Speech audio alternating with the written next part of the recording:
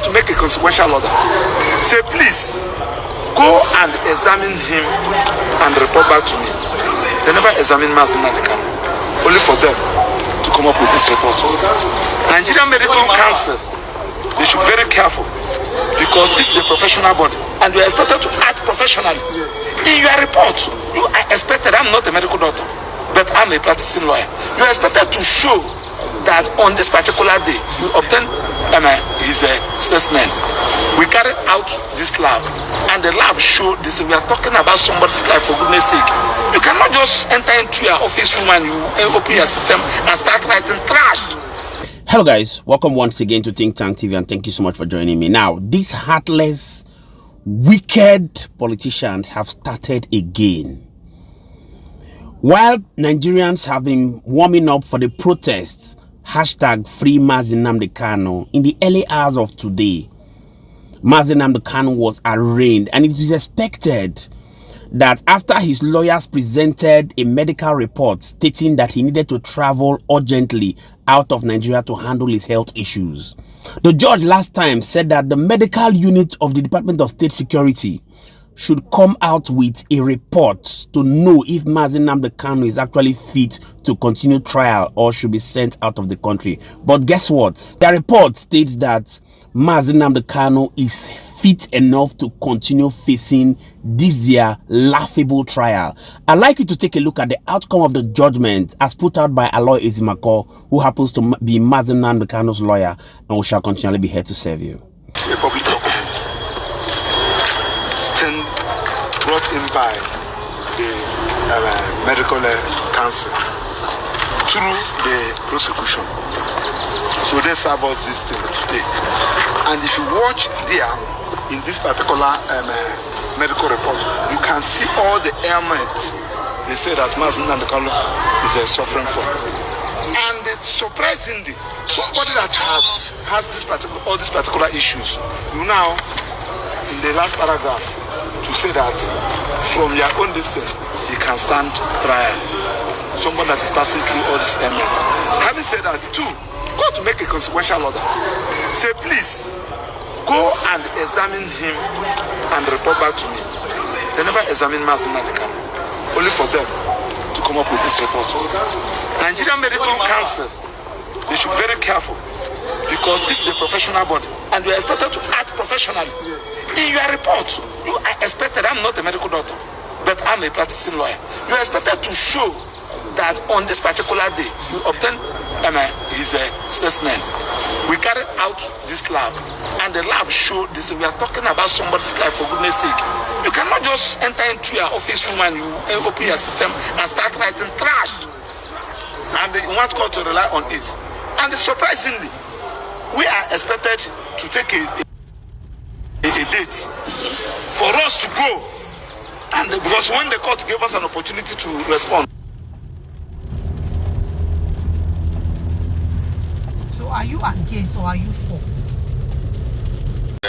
Quite a surprising ruling today. We were served all of a sudden, as a matter of surprise, an ambush with the medical report which the court ordered the Nigerian Medical Association to submit since 26th September. So that medical report that we were served is dated 10th October. And it was today that we were served in open court with it. So, well, you can say that the defense had no ample opportunity to react to it. It was more of an ambush. But nonetheless, the court had ordered further that Nnamdi Kanu be examined by the Nigerian Medical Association. That examination was never carried out, and the order was entered on 26th September and restated on 8th October. That part of the order was disobeyed. They never examined him. So the report is based on some informal meeting they held with Nnamdi Kanu as far back as 18th September. At the DSS headquarters in Abuja. They were invited to do that by the DSS. The court and the DSS are not the same. So what we have in court, or what we were served in court today, quite frankly, we cannot be sure where it emanated from.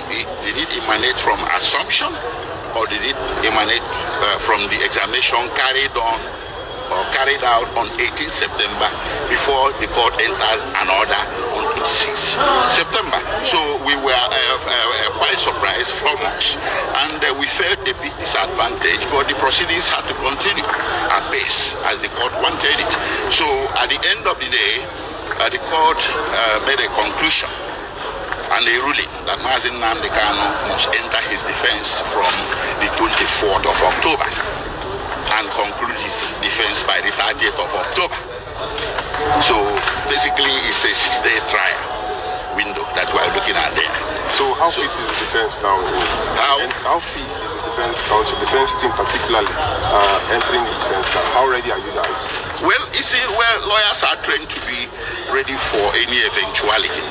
But the justice of the matter is another case altogether. I choose not to comment on that. I'd like to share a story with you. I met a lady some time ago, and she was expressing so much fury and disappointment in the way Nigerian government is treating Nigerians. And she said something. She said, if you see an opportunity to buy any leader, do it with gladness, because every day the decisions of our leaders is sending many people to RIP. When they refuse to equip a medical center, people are being sent to RIP. When they refuse to make the economy to be viable, people are being sent to RIP for hunger and all. And I saw reasons is what she has said. Now, the truth is that, like I keep saying, no matter how they try to use delay tactics, government machinery, non-state actors, state actors, government security, government finances to delay justice, the truth is that one day justice will obviously prevail. I keep saying it and I'll continue to say it, that we had one of the best presidents of Nigeria in person of President Yar'Adua, may so rest in peace. He had the opportunity when they had a lot of crisis in the Niger Delta axis to declare war on Niger Delta militants, but I stand to be corrected. His wisdom and the decision he took to use a negotiation strategy called win-win was what brought about relative peace in the Niger Delta axis of Nigeria. Now tell me, has the likes of former President Muhammadu Buhari, President Bola Ahmed Tinubu been able to do to bring about the crisis in the southeastern part of Nigeria outside of intimidation, delay tactics, using state actors, non-state actors, finances of the government and all that? This is where we talk about leadership. And the truth is that the more they keep delaying this thing, I hope one day it does not degenerate into something that they may not be able to control again. Because you see societies where they get into anarchy, it's not like the people who go into anarchy actually wished it. Sometimes they just proposed a protest. And before you know it, that protest degenerates into something that becomes a massive crisis that cannot be controlled by the people anymore. This is the opportunity for President Bola Ahmed Tinubu to quickly bring about justice and ensure that Nnamdi Kanu is released to avoid unforeseen circumstances. Many thanks indeed to all our viewers and returning subscribers. We truly don't take it lightly. My name again is Moses and this is Think Tank. See you on our next video.